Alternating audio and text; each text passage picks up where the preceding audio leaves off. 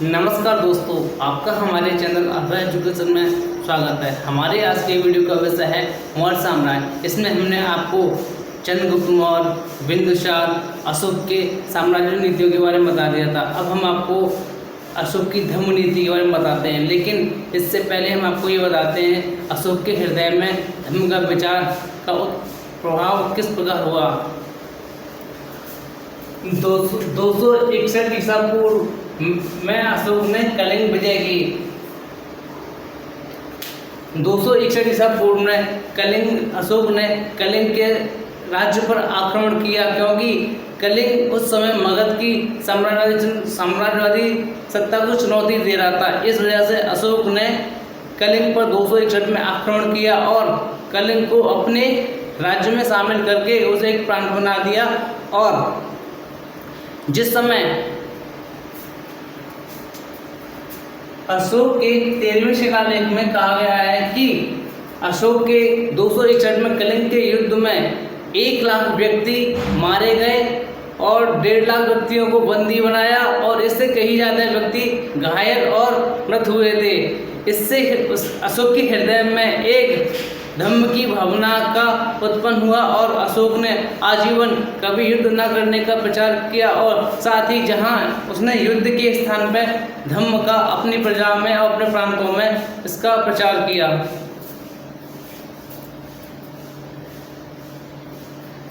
हेमंत राय चौधरी ने मगध तथा समस्त भारत के इतिहास में कलिंग की विजय एक महत्वपूर्ण घटना हुई थी। इसके बाद मौर्यों की जीतों तथा राज्य विस्तार का दौर समाप्त हो गया। फिर एक नए युग की शुरुआत हुई जिसमें शांति, सामाजिक प्रगति तथा धार्मिक प्रचार का वर्णन किया गया है। कलिंग युद्ध का अशोक के प्रभाव में यह हुआ कि अशोक ने कलिंग युद्ध के बाद कभी भी विजय के स्थान पर अब धर्म का प्रचार करना स्टार्ट कर दिया है, जिससे कि उसके प्रथम शिलालेख में कहा गया है कि अशोक के प्रथम शिलालेख में कहा गया है कि समाज में उत्सव मनाना मना कर दिया गया और पशुओं की बलि पर निषेध कर दिया गया। जहां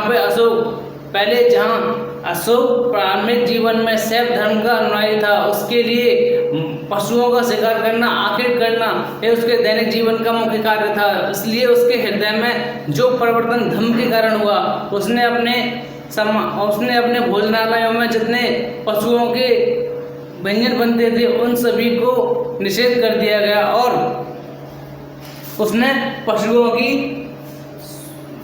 संरक्षण के लिए भी कार्य किए।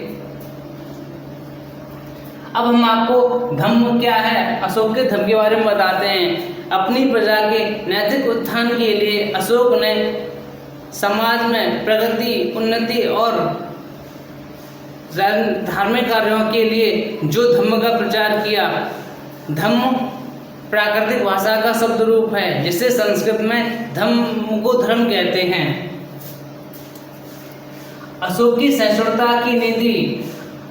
अशोक के विचारों में धर्म और भाषा का विशेष महत्व है। अशोक ने अपने प्रजा में जो धर्म की नीति अपनाई, उससे ये कहने मतलब है कि जहाँ पहले अशोक शैव धर्म का अनुयायी था और उसकी जो युद्ध नीतियाँ थी वो शैव धर्म से संबंधित थी। जब उसने कलिंग का युद्ध लड़ा, उसमें भीषण नरसंहार के बाद उसके हृदय में जो परिवर्तन हुआ, उसने धर्म का प्रचार किया। और धर्म के भाषा में ये कहा जाता है कि अशोक ने अपने धर्म के माध्यम से समाज में दया, करुणा, प्रेम और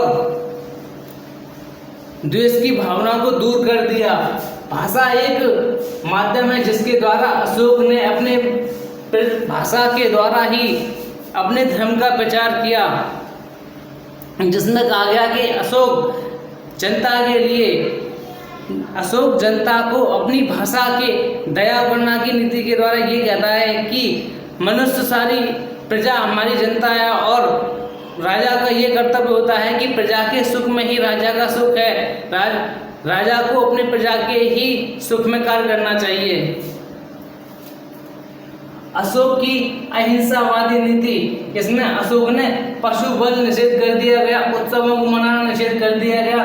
पशु बलि, जहाँ पे अशोक के भोजनालयों में मोर, हिरण, अन्य जीवों की हत्या करके उनका व्यंजन बनाया जाता था, इन सभी ताओं का निषेध कर दिया गया। और अहिंसा, जहां अशोक ने अपने साम्राज्य को तलवार के बल पर युद्ध किया था, वहीं उसने अब उन नीतियों को त्याग दिया।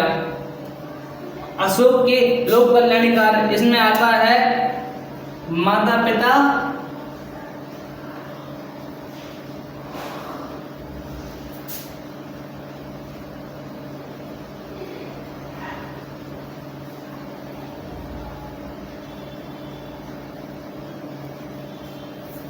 अशोक के लोक कल्याणी कार्यों में आता है माता पिताओं के साथ अच्छा व्यवहार करना, गुरुओं के साथ अच्छा व्यवहार करना, अपने मित्रों के साथ वाणी में मधुरता लाना और वृक्षारोपण करना, सिंचाई करवाना, मित्रों और दासों के साथ अच्छा व्यवहार करना।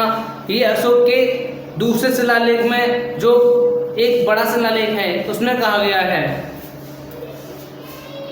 अशोक के आडंबर नीति का निषेध। अशोक प्रारंभिक जीवन में शैव धर्म का अनुयायी था और जब वो अपने जीवन में यज्ञों का, अनुष्ठानों का आयोजन किया करता था, जिससे कि उसमें ये द्वेष भावना होती थी कि समाज में जो सभी वर्गों में से जो श्रेष्ठ होता था, ब्राह्मण, उन्हें यज्ञ के लिए बुलाया जाता था।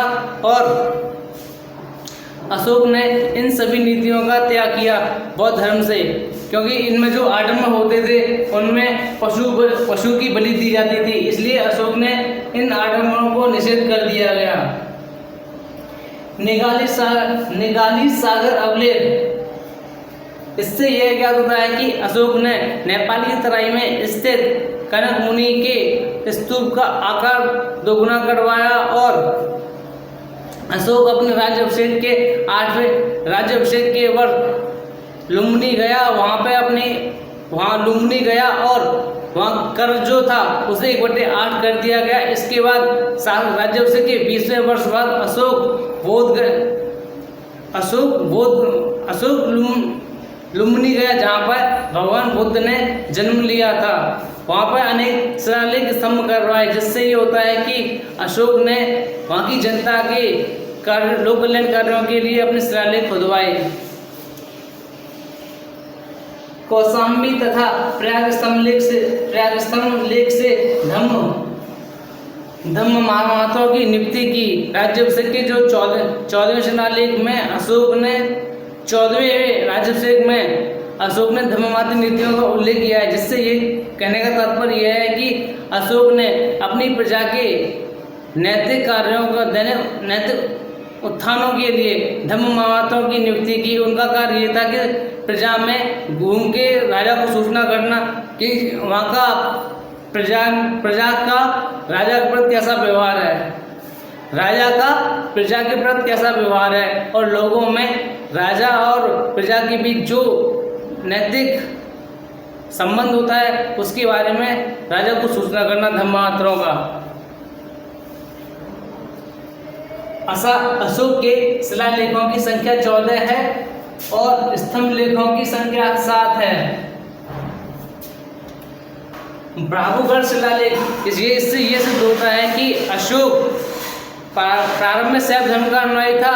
जब कलिंग युद्ध हुआ और उस कलिंग युद्ध में भीषण नरसंहार के बाद उसके हृदय में जो पर्वत आए उसे उसने ब्राह्मणगढ़ शिलालेख में बुद्ध धम्म और संघ का वर्णन किया है। इससे यह ज्ञात होता है कि अशोक पूर्ण रूप से बौद्ध हो गया था और अशोक की मृत्यु के बाद उसके साम्राज्य में जो उसके उत्तराधिकारी हुए, वो जो साम्राज्य अशोक ने अपने प्रजा के प्रति किया था, अशोक ने जो साम्राज्य नीति अपने प्रजा के लिए लागू की थी, वह प्रजा की नीति उनके परवर्ती राजाओं या परवर्ती युवराजों ने लागू नहीं की, और उनके जो अशोक के बाद के जो राजकुमार थे वो दुर्लभ और निस्सहाय होते चले गए।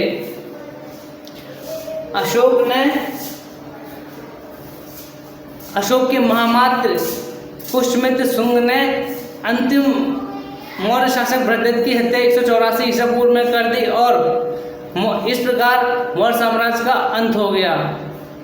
आपको हमारा वीडियो अच्छा लगा हो उसे लाइक करें, शेयर करें, सब्सक्राइब करें, साथ ही बेल आइकन को प्रेस करें जिससे हमारी वीडियो की लेटेस्ट नोटिफिकेशन आप तक पहुंच सके। Thank you.